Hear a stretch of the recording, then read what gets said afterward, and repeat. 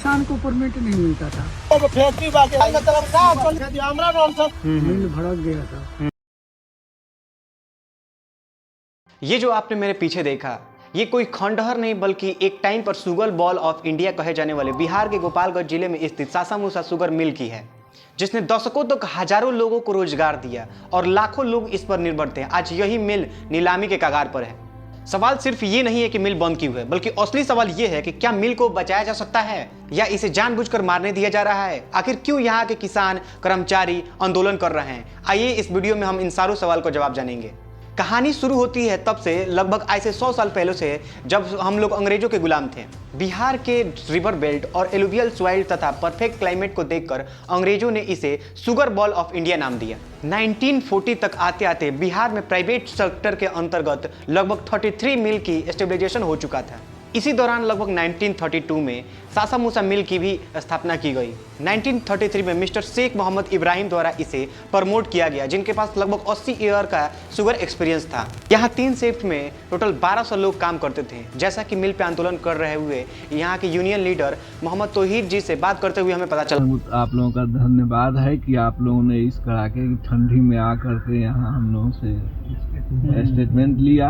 मैंने सुना आप यूनियन लीडर भी हैं। यूनियन नेता भी हूँ। 2005 से हमको रखे हैं लोगों।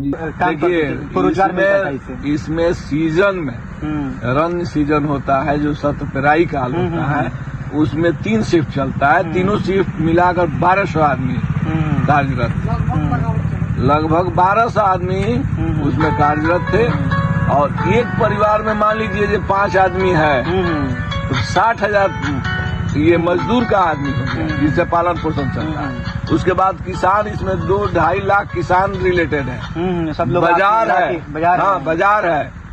तो इसलिए समझिए 3-4 लाख आदमी इससे प्रभावित है। चाहे वर्कर हो या फार्मर हो या ट्रक ड्राइवर हो या फिर ट्रैक्टर ड्राइवर या फिर चीनी ढोने वाले लोग, सब लोग लगभग मिलाकर 3.5 लाख से 4 लाख लोग इस पे डिपेंडेंट थे। सालों तक चलने के बाद बिहार की बाकी मिलों की तरह सासामूसा मिल की भी कंडीशन खराब होने लगी। लोगों के आंदोलन के बाद सरकार ने इस पे एक्शन लिया, बट किसी को इस बात का अंदाजा नहीं था कि ये कदम पहले से भी ज्यादा महंगा पड़ेगा। सितंबर 1974 सरकार बीएसएससी का गठन करती है, जिसका पूरा नाम था बिहार स्टेट शुगर कॉर्पोरेशन। इसका मेन काम ये था कि जो मिल खराब हुई हैं उनको अच्छे ढंग से चलाना। 1980 के लगभग आसपास सरकार ने सासामूसा मिल को भी अपने अंदर में प्राइवेट सेक्टर से टेक ओवर कर लेती है। बीएसएससी के अंतर्गत ये मिल लगभग 1997 तक चलता है। 1997 के बाद गवर्नमेंट इसे अपने से रिलीज कर देती है। और आपको ये जानकर, फैक्ट जानकर हैरानी होगी कि जिस दौरान गवर्नमेंट इसको अपने अंदर चला रही थी, उस दौरान इस मल्टीपल टाइम इसके वर्कर्स, किसान हाईकोर्ट में पिटीशन दायर करते हैं। वजह सिर्फ एक था, सैलरी में डिले। मिल पे फाइनली ताला तब लगा जब दिसंबर 22, 2017 को बॉयलर फटने की वजह से वहां पे लगभग 4 लोगों की मौत ऑन द स्पॉट हो गई।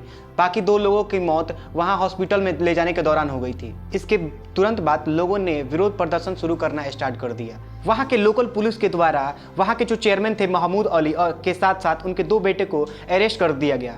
बट 5 दिसंबर 2018 को वो लोग बेल पे छूट जाते हैं और वो कलकत्ता चले जाते हैं। उनका बाद उनका रेसिडेंस और नाम निशान कुछ का आता पता नहीं है। CIRSL रिपोर्ट के अनुसार उस समय कंपनी का नेटवर्थ -19 करोड़ था। -19 करोड़ का मतलब होता है, मान लीजिए किसी कंपनी के पास टोटल संपत्ति है 100 करोड़ और उस पर कर्जा है 119 करोड़, तो इसका मतलब होता है उसका नेटवर्थ -19 करोड़ है। उस टाइम सेंट्रल बैंक का कंपनी पर लगभग 61 करोड़ रुपए कर्ज था। मार्च 2021 में सेंट्रल बैंक ने NCLT में पिटीशन दायर किया कंपनी के खिलाफ। NCLT एक तरह का कोर्ट होता है दोस्तों। इसका मुख्य काम ये होता है कि प्राइवेट कंपनी से रिलेटेड जितने भी प्रॉब्लम्स इशू होते हैं उनको सॉल्व करना। फाइनली 20 फरवरी 2025 को NCLT का आदेश ये आता है कि इस कंपनी का रेजोल्यूशन पॉसिबल नहीं है और इसको लिक्विडेशन स्टेट में डालना पड़ेगा, यानी इसकी नीलामी करना पड़ेगा। यानी लिक्विडेशन का मतलब होता है वहां का सामान बेचकर जितना भी कर्ज है, बैंक का लोन है, वो सारा चुकाना पड़ेगा। किसानों से बात करने के दौरान ये पता चलता है कि किसानों का टोटल कर्ज कंपनी पर 46 करोड़ 36 लाख रुपए है और वर्कर का कर्ज 9 करोड़ रुपए है। किसान का लगभग 46 करोड़ रुपए कर्ज, 46 करोड़ 36 लाख रुपए कर्ज। मजदूर का 9 करोड़ है। किसानों का सीधा डर ये है कि अगर कंपनी का लिक्विडेशन हुआ, सामान उसका बेच के दिया गया, तो सबसे पहले बैंक अपना पैसा लेगी और किसानों को पैसा लेने के लिए NCLT तक जाना पड़ेगा। आप लोग को इस बात का डर है कि यहाँ का जो सामान बेच के दे दिया गया तो दोबारा चालू भी नहीं चालू जो कि प्रैक्टिकली पॉसिबल नहीं है, जैसे कि यूनियन लीडर तौहीद जी का कहना है। सब कैसे मिलेगा? क्या मजदूर एनसीएलटी तक पहुंच पाएंगे? क्या किसान कोलकाता एनसीएलटी तक पहुंच पाएंगे? ये ऊपर से ऊपर बेचकर पैसा को बर्बाद कर देंगे लोग। बैंक तो अपना ले लेगी।